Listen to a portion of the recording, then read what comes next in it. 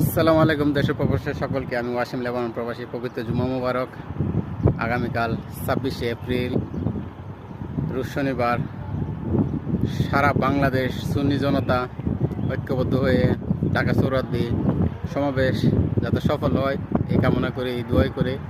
আর আমি মনে করি সকল ধরনের আলেম ওলামা ঐক্যবদ্ধ হয়ে ইসলামের শান্তিশিষ্ট রাজ্যে রক্ষা করতে পারে। আমরা মুসলমানের যে যেরকম দলমত এক দলে আরেক দলে যেভাবে পৌঁছাতেছে বিভিন্ন ধর্মের মানুষ, আমরা এই দুর্বলতারে পুঁজি করে আমরা মুসলমানরা নির্যাতিত চালাইতেছে।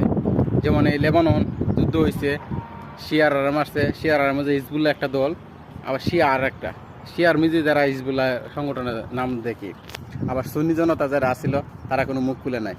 তো আমি মনে করি সকল কেডা কি দল করে কি এটা মনে করি না, সকলে মুসলিম, আমরা মুসলিম ঐক্যবদ্ধ থাকতে হইব যে যাতে কোনো ধরনের ইমান নষ্ট না হয়। তো সকলে ভালো থাকবেন। আল্লাহ হাফেজ।